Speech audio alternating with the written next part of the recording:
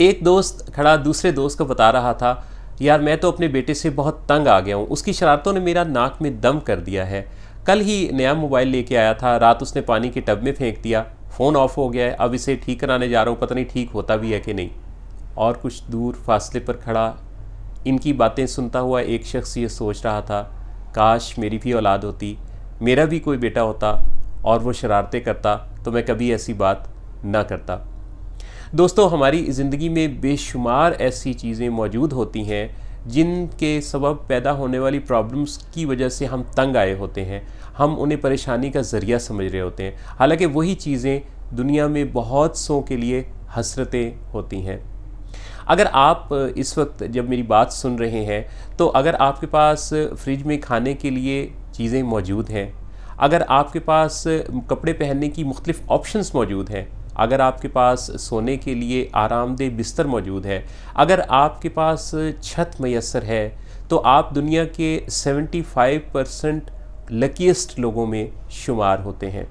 अगर आपके पास अपनी ज़रूरत पूरी करने के लिए पैसे मौजूद हैं और इसके अलावा कुछ पैसे आपके बैंक बैलेंस के तौर पर भी हैं, तो आप दुनिया के 8% खुशनसीब लोगों में शुमार होते हैं।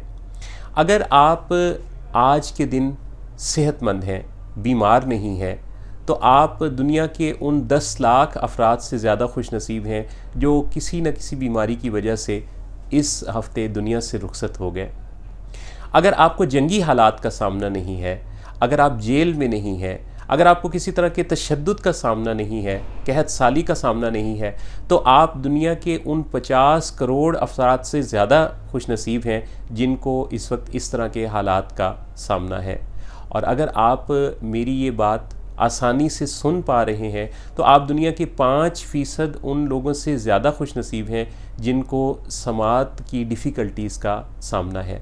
ख़वातीन हज़रात, हमारी ज़िंदगी में बेशुमार नेमतें होती हैं, लेकिन हमारी नज़र उन नेमतों पर नहीं होती।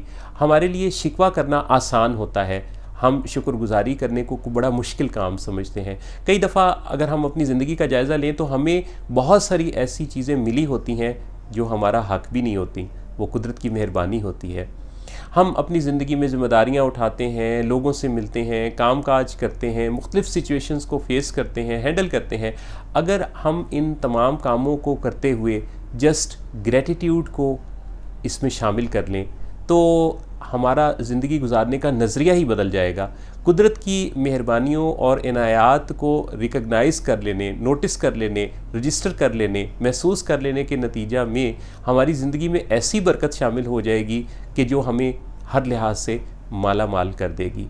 शुक्रगुज़ारी के मौक़े तलाश कीजिए, आपकी ज़िंदगी खूबसूरत से खूबसूरत तर होती चली जाएगी। मेरी दुआ है अल्लाह रब्बुल इज़्ज़त आपको बेहतरीन आसानियाँ अता करे, सेहत, सुकून, सलामती के साथ, हर रिश्ते की बेहतरीन राहनुमाइयों के साथ आप खूब फलें फूलें और ज़िंदगी की तमाम लम्हों को बेहतरीन अंदाज से सेलिब्रेट करें। अल्लाह आप सबका हामी व नासिर हो।